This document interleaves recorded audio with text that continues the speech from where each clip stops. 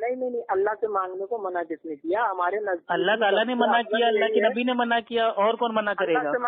اللہ سے مانگنے کو اللہ نے اللہ کے علاوہ کسی اور سے مدد مانگنے کے لیے غیب میں بھائی آپ پوری بات میں یہ کہہ رہا ہوں کہ ہم نے یا ہمارے کسی عالم نے اللہ سے مانگنے کو منع کہاں پر کیا؟ یہ بتائیے نا. آپ کے عالم کوئی میرے بھائی حجت تھوڑی نہ ہے نا میرے بھائی. جب اللہ نے منع کر دیا، اللہ کے نبی نے منع فرما دیا کہ اللہ کے سوا کبھی کسی اور کو نہ پکارو مدد کے لیے غیب میں. نہیں یار، آپ کو میری بات سمجھ میں آ نہیں رہی ہے تو آپ کیا بات کرو گے؟ میں آپ اپنا عقیدہ ہی واضح نہیں بتا رہے ہو. شرک آپ میرے بھائی آپ کے نزدیک کیا شرک ہے؟ میں بات کر رہا ہوں گندم، آپ جواب دے رہے ہیں کیا نا؟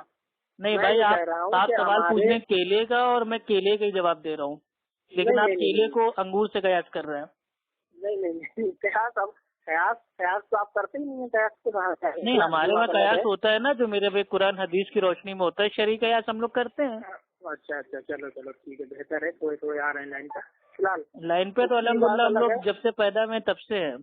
وہ تو خیر اب جو لوگ باپ دادا کے دین پہ ہو گئے، فطرت کے دین کو چھوڑ کے ان کو سیدھے راستے پہ لانا ہے. جی 100 سالوں سے ہی تو جو ہے خالی یہ 100 سالوں سے نہیں، 1450 سالوں سے الحمدللہ. اللہ کے نبی نے فرمایا تھا میری امت کا ایک طائفہ، ایک گروہ وہ ہمیشہ حق پہ رہے گا.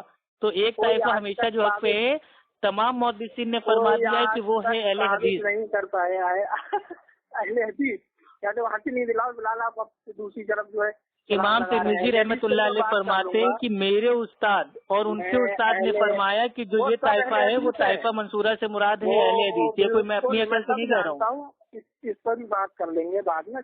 اب آپ کہیں گے اہل حدیث خالی وہ لوگ ہوتے ہیں جن کو 1 لاکھ حدیثیں یاد ہو، محدثین کو خالی اہل حدیث کہتے ہیں. کہیے نہیں تو میں کیوں کہوں گا؟ یہ تو محدثین کی طرف سے میں حوالے سے بات کروں گا نا، میں کیوں کہوں گا؟ اچھا چلیے پیارے بھائی، یہ سب ٹاپک میرے بھائی اب ہم لوگ کا چینج ہو رہا ہے. واپس آتے ہیں اپنے ٹاپک پہ. وہ ہے شرک. میں تھوڑی کر رہا ہوں آپ نے کیا تھا چینج، آپ ہی پہنچ گئے ادھر. چلیے ٹھیک ہے. شرک آپ کے نزدیک کیا ہے پہلے آپ اس کو تھوڑا بتا دیں. شرک ہمارے نزدیک یہ ہے کہ اللہ کی ذات و صفات میں، اس کی عبادات میں کسی کو شریک کرنا، اس کے جیسا کسی کو سمجھنا، جیسے کہ وہ ہمیشہ کہے ہمیشہ رہے گا، اس کے جیسا کسی کو یہ اس کی صفت ماننا، یہ شرک ہے. ٹھیک ہے. اللہ ابدی ہے، اجلی ہے، شروع سے ہے آخر تک رہے گا. اس کی کوئی ابتدا نہیں ہے، اس کی کوئی انتہا نہیں ہے. اس کے علم کی کوئی ابتدا نہیں ہے، اس کے علم کی کوئی انتہا نہیں ہے. یہ اس میں کسی کو بھی شریک کرنا یہ شرک ہے. ٹھیک ہے. اب چلیے آپ نے جو یہ میرے بھائی تعریف الحمدللہ آپ نے بتائی ہے، اس کے اوپر جو آپ کا جو عقیدہ ہے اس کو میرے بھائی ثابت کیجئے. ایاک نعبد و ایاک نستعین پہ اس آیت پہ آپ کون سے طریقے سے ایمان لاتے ہیں؟ کیا طریقہ ہے آپ کے وہاں اس آیت کو فالو کرنے کا؟ ایاک نعبد و ایاک نستعین، ہم تیری عبادت کریں، تجھی سے مدد چاہیں.